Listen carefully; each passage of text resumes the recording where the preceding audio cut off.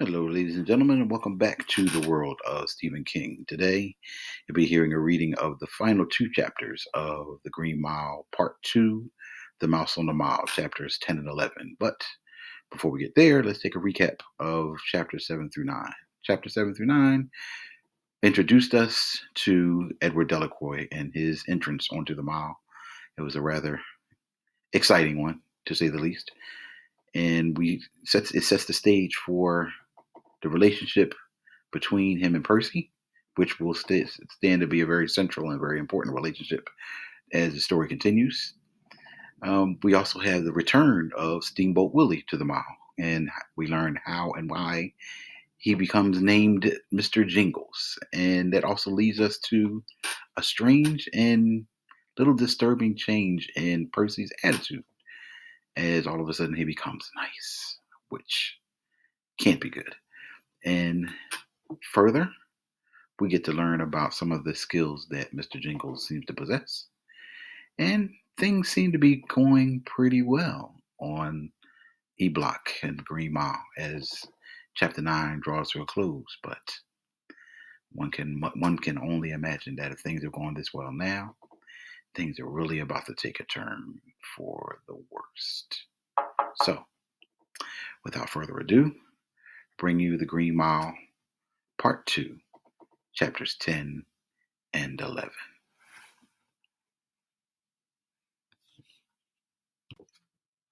The Green Mile, Part 2, Chapter 10.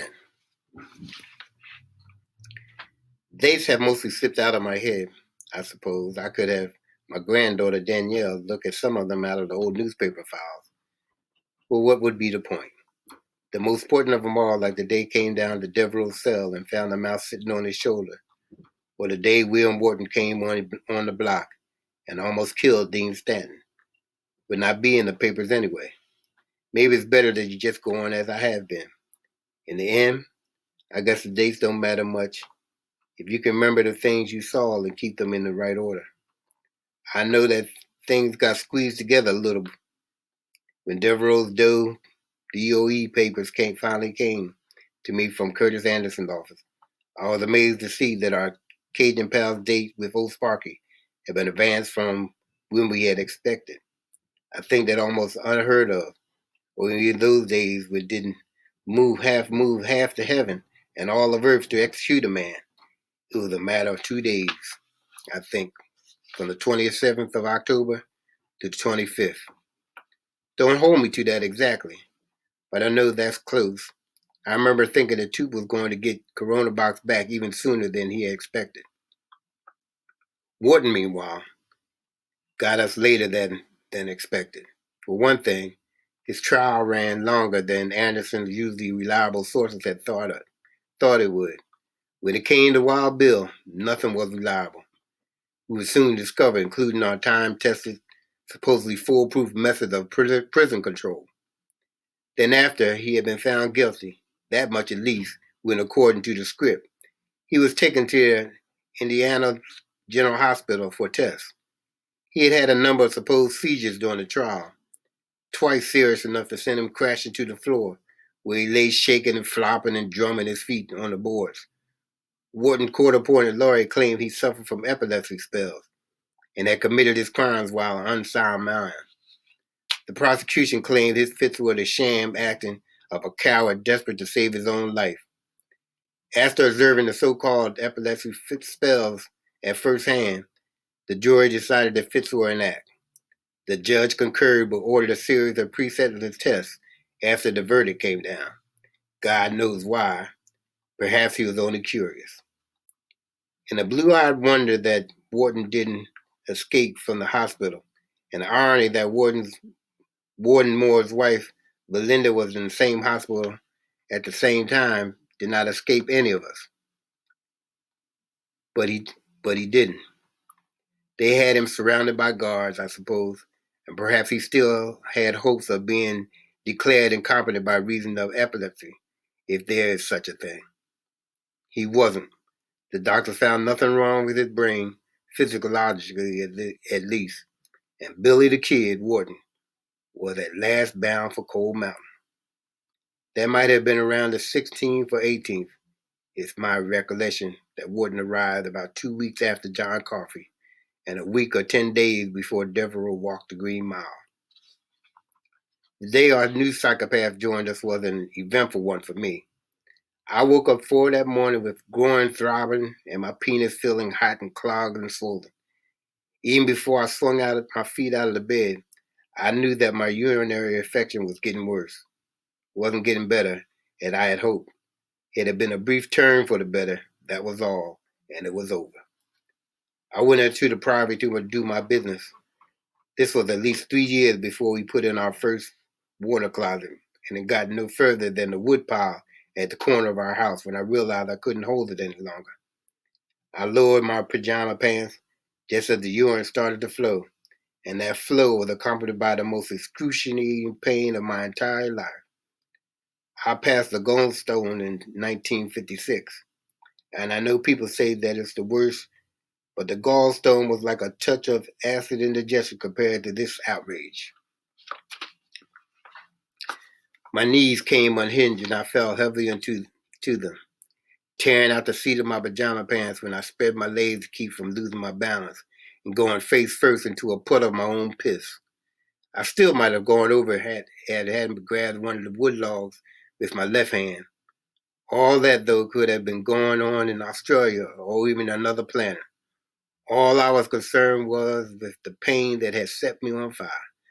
My lower belly was burning, and my penis, an organ which had gone mostly forgotten by me except when providing some of the most intense physical pleasure a man can experience, now felt as if it was melting. I expected to look down and see blood gushing from its tip, but it appeared to be a perfectly ordinary stream of urine. I hung onto that wood pile with one hand and put the other across my mouth, concentrating on keeping my mouth shut. I didn't want to frighten my wife awake with a scream. It seemed that I went on pissing forever, but at least the stream dried up. By then, the pain had sunk deep into my stomach and my testicles biting like a rusted teeth.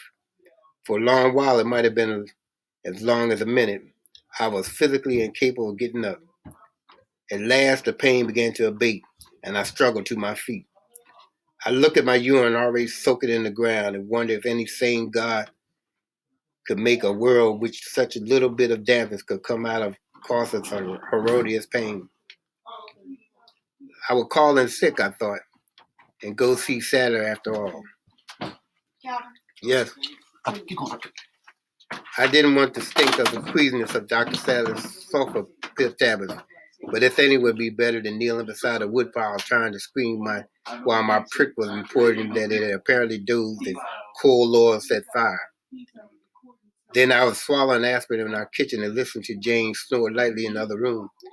I remember that day was the day William Horton was scheduled on the block, and that Bruder wouldn't be there. The rostrum had him over the other side of the prison, helping to move the rest of the library and some leftover infirmary equipment to the new building. One thing I didn't feel about, in spite of my pain, was leaving Wharton to Dean and Harry. They were good men, but Curtis Nannon's report has suggested that William Wharton was expecting any bad news. This man just doesn't care, he had written, underlining for emphasis. By then, the pain had abated some, and I could think. The best idea, it seemed to me, was to leave for the prison early. I could get there at 6, which was time the warden Moses usually came in. He could get Brutus Howell reassigned to E-Block long enough for Warden's reception, and I make my long overdue trip to the doctor. Cold Mountain was actually on my way. Twice on the 20-mile ride to the penitentiary, that solemn need to urinate overcame me. Both times I was able to pull over and take care of the problem without embarrassing myself. For one thing, traffic on a country road at such hour was all but non-existent. Neither of these two voidings was as painful as the one that had taken me off my feet on the way to the prairie. Both times I had to clutch the passenger side door handle of my little Ford coupe to hold myself up. I could feel sweat rolling down my hot face. I was sick, all right, good and sick. I made it, though. Drove in through the south gate, parked in my usual place, and went right up to see the warden. It was going on 6 o'clock by then. Miss Hannah's office was empty. She wouldn't be until the relatively civilized hour of 7. but the light was on in Moore's office. I could see it through the pebbled glass. I gave a perfunctory knock and opened the door. Moore's looked up, startled to see anyone at this unusual hour. I know it had given a great deal not to have been the one to see him in such that condition, with his face naked and unguarded. His white hair, usually so neatly combed, was sticking up in tufts and tangles. His hands were in it, yanking and pulling. Then I walked in. His eyes was raw, skin beneath them puffy and swollen. His palsy was the worst I'd ever seen it.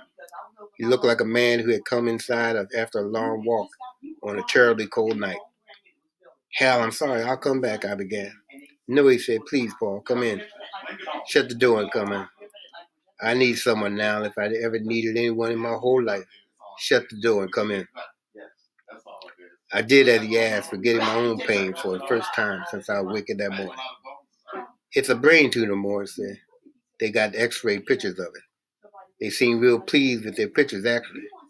One of them said that it might be the best ones anyone's ever gotten, at least so far. He said they're going to publish them in some bigly medical journal up in New England.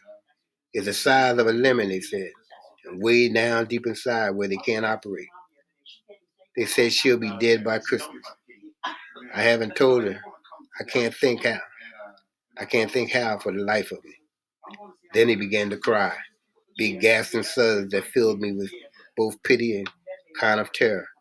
When a man keeps himself as tightly guarded as Hal Morris finally does lose control, it's frightening to watch. I stood there for a moment, then went to him and put my arm around his shoulders.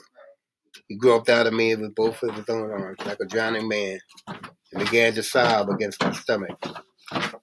All restraint washed away. Later, after he got himself under control, he apologized. He did it without quite meeting my eyes, as a man does when he feels his embarrassment himself dreadfully, maybe so deeply that he can never quite live it down. A man can end up hating the fellow who has seen him in such a slight state. I thought Warden Moore's was better than that, but it never crossed my mind to do the business I had originally came for. And when I left Moore's office, I walked over to E-Block instead of back to my car. The aspirin was working by then, and the pain in my midsection was down to a low throb. I will get through the day somehow, I reckon. Get Warden settled in, check back at Hal Moore's that afternoon, and get my sick leave for tomorrow. The worst was pretty much over, I thought, with no slightest idea that the worst of the day's mischief hadn't even begun. That's the end of chapter 10. You can ask your questions. Green Mile, Part 2, Chapter 11. We thought he was still dope from the test, Dean said that late that afternoon. His voice was low, rasping almost bark that was blackish purple bruises rising on his neck. I could see it was hurting him to talk and thought of telling him to let it go. But sometimes it hurts more to be quiet. I judged that this was one of the times I kept my own mouth shut. We all thought he was dope, didn't we? Harry willingly nodded. Even Percy, sitting off by himself in his own solemn little party of one, nodded. Brutal glanced at me for a moment, and I met his eyes. We were thinking pretty much the same thing, that this was the way it happened.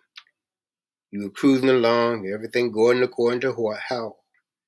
You made one mistake, and bang, the sky fell down on you. They had thought he was doped. It was a reasonable assumption to make, but no one had asked if he was doped. I thought I saw something else in Brutal's eyes as well. Harry and Dean would learn from their mistake, especially Dean, who could easily have gone home to his family dead. Percy wouldn't. Percy maybe couldn't. All Percy could do was sit in the corner and sulk because he was in the shit again. There were 7 of them that went up to Indianola to take charge of Wild Bill Wharton. Harry, Dean, Percy, 2 other guards in the back. I have forgotten their names, although I'm sure I know them once, plus 2 up front. They took what used to be called the stagecoach, a Ford panel truck which had been steel reinforced and equipped with supposedly bulletproof glass. It looked like a cross between a milk wagon and an armored car. Harry Telwinger was technically in charge of the expedition. He handed his paperwork over to the county sheriff, not Homer Cribbers, but some other elected yokel like him, I imagine, who in turn handed over Mr. William Wharton, Hellraiser extraordinaire, as Devereaux might have put it. A Cold Mountain prison uniform had been sent ahead, but the sheriff had his men hadn't bothered to put Wharton in it. They left that to our boys. Wharton was dressed in cotton hospital Johnny and cheap felt slippers when they had first met him on the second floor of the general hospital. A scrawny man with a narrow, pimpled face and a lot of long, tangly blonde hair. His ass almost narrow, it almost covered his pimples, stuck out the back of the Johnny. That was part of him Harry and others saw first, because Wharton was standing in the window looking out the parking lot when they came in. He didn't turn, but just stood there, holding the curtains back with one hand, silent as a doll, while Harry bitched at the county sheriff about being too lazy to get Wharton into his prison blues, and the county sheriff lectured, as every county official I'd ever seen was bound to do, about what was his job and what was not. When Harry got tired of that part, I doubt it took him long, he told Wharton to turn around.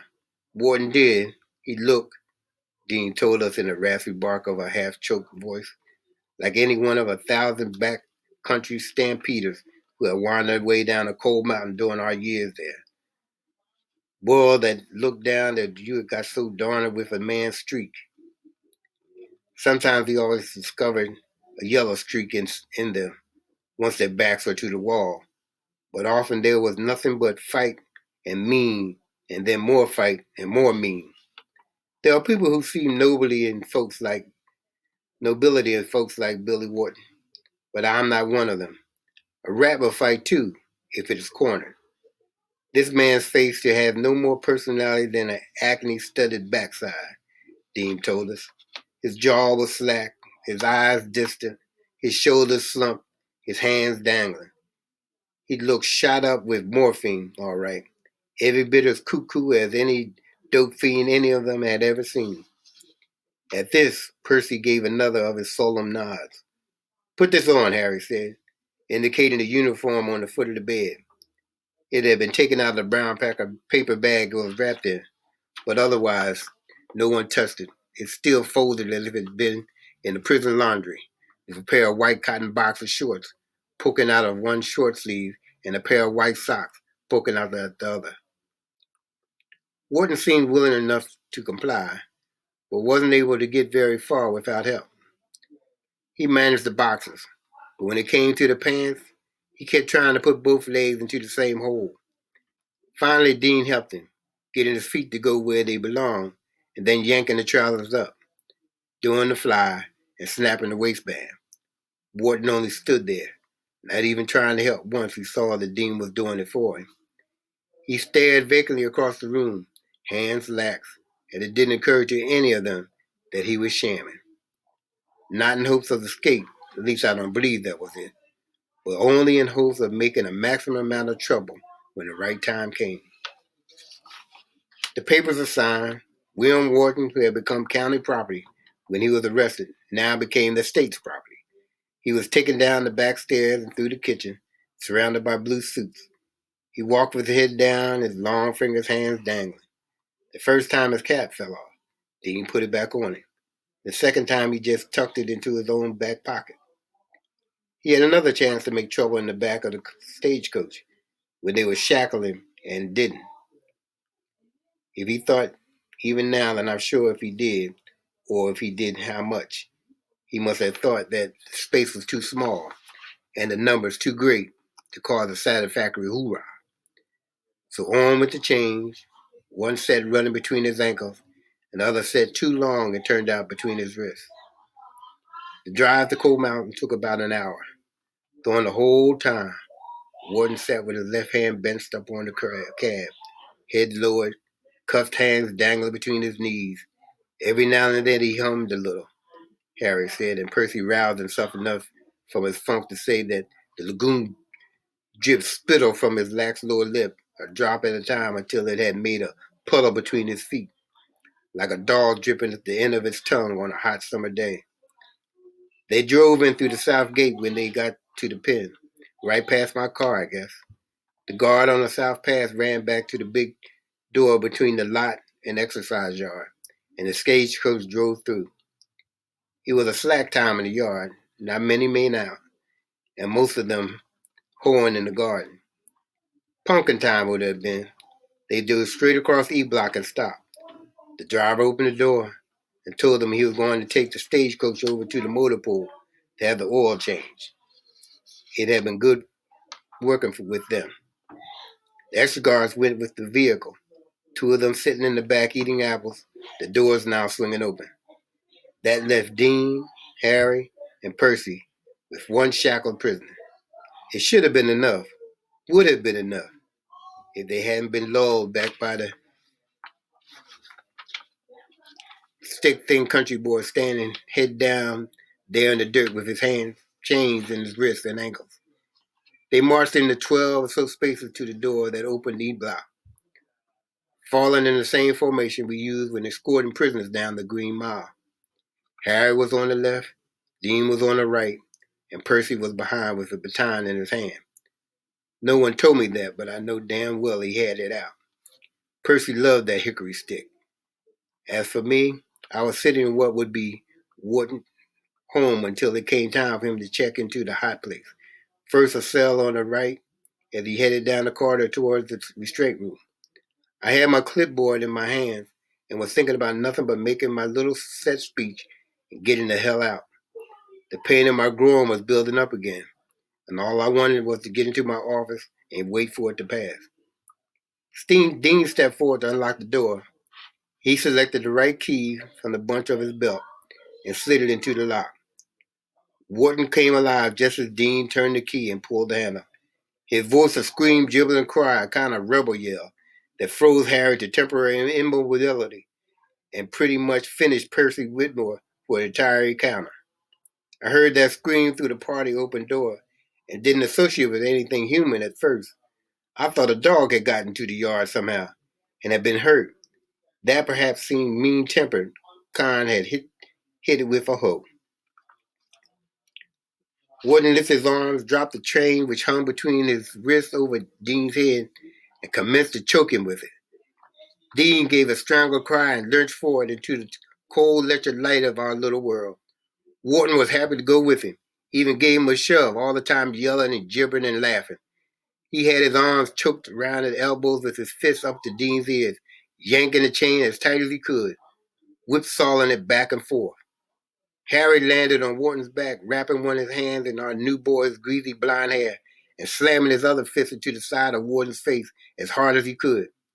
He had both a baton of his own and a sidearm pistol, but in his excitement, drew neither.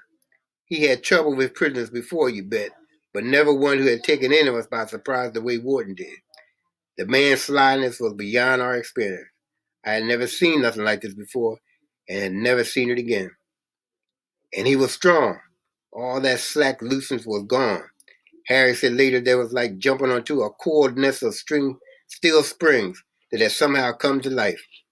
Wharton, now inside near the duty desk, whirled his left hand and flung Harry off.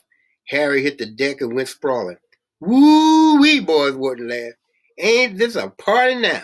It is or what? Still screaming and laughing, Wharton went back to choking Dean with his chain. Why not? Wharton knew that it was all he knew. They could only fry him once. Hit him, Percy! Hit him! Harry screamed, struggling to his feet, but Percy only stood there, hickory pine in hand, eyes as wide as soup plates. Here was the chance he'd been looking for. You would have said his golden opportunity to put that tallywhacker of his to good use, and he was too scared and confused to do it. This wasn't some terrified little Frenchman or black giant who'd hardly seemed to be in his own body. This was a whirling devil. I came out of Wharton's cell, dropping my clipboard and pulling my 38. I had gotten an infection that was heating up my middle for the second time that day. I didn't doubt the story that others told of Wharton's blank face and dull eyes when they told it, but that wasn't what Wharton I saw. What I saw was the face of an animal, not an intelligent animal, but one filled with cunning and meanness and joy. Yes, he was doing what he had been made to do, The place and the circumstances didn't matter. The other thing I saw was Dean Stanton's red, swelling face. He was dying in front of my eyes. Wharton saw the gun, turned the Dean toward it, said I almost certainly have to hit one to hit the other. From over Dean's shoulder, one blazing blue eye dared me to shoot. To be continued in part 3 of Stephen King's The Green Mile. Answer the questions of chapter 11.